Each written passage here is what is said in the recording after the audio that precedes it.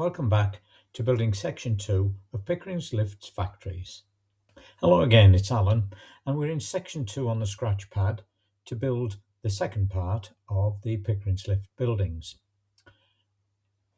If I zoom in, I can show you exactly what we're starting on. This is the first part of the section 2, and the small part next to it is the B part, I'll call it.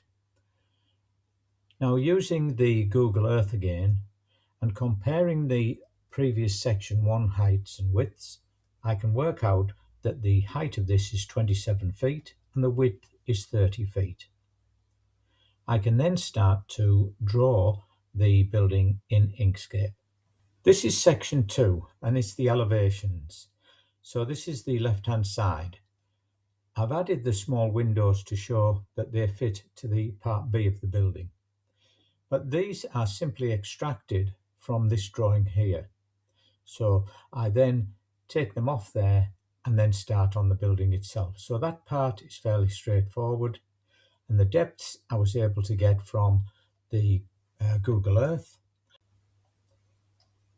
In the previous video, I was asked why do I always make them in paper first? Well, it finds the errors in what you possibly do.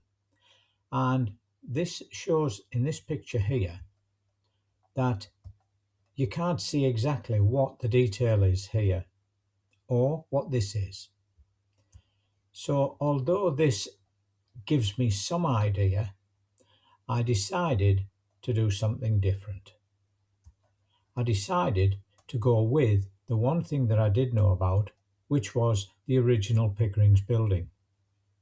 So here is as I first built it in the paper, and now with the Pickerings as I wanted to do, and changed it so that these were the same on this drawn part here.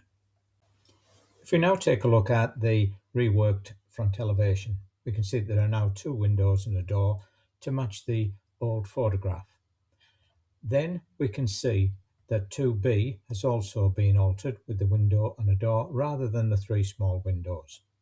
Now if we place these 2 together, we can now see what the building will look like when they're assembled next to each other. I've also constructed the windows using the same method as in the first video, and they can then be checked to see if they fit into the openings and make sure that everything is to your satisfaction. So now we have the template for the full size 2A and 2B building with all of the window frames constructed. And just to finalize this part, on the left we've got the original Pickerings Lifts offices before the factories were added. There's the overlay for the main frame and the windows, and that's how the third photograph here shows the 2 joined with the original building that I built in video 1.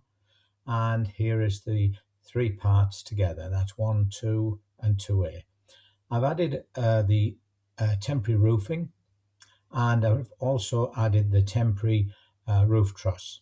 And I'm going to show a different method of putting the roof trusses into place and cutting into the roofs in the next video. And once again, thank you for watching Alan's Trains at Stockton Station. And in the next video, I'm going to show the factory unit frames built in Inkscape and a different method of fitting the roof trusses that I think is a little bit easier.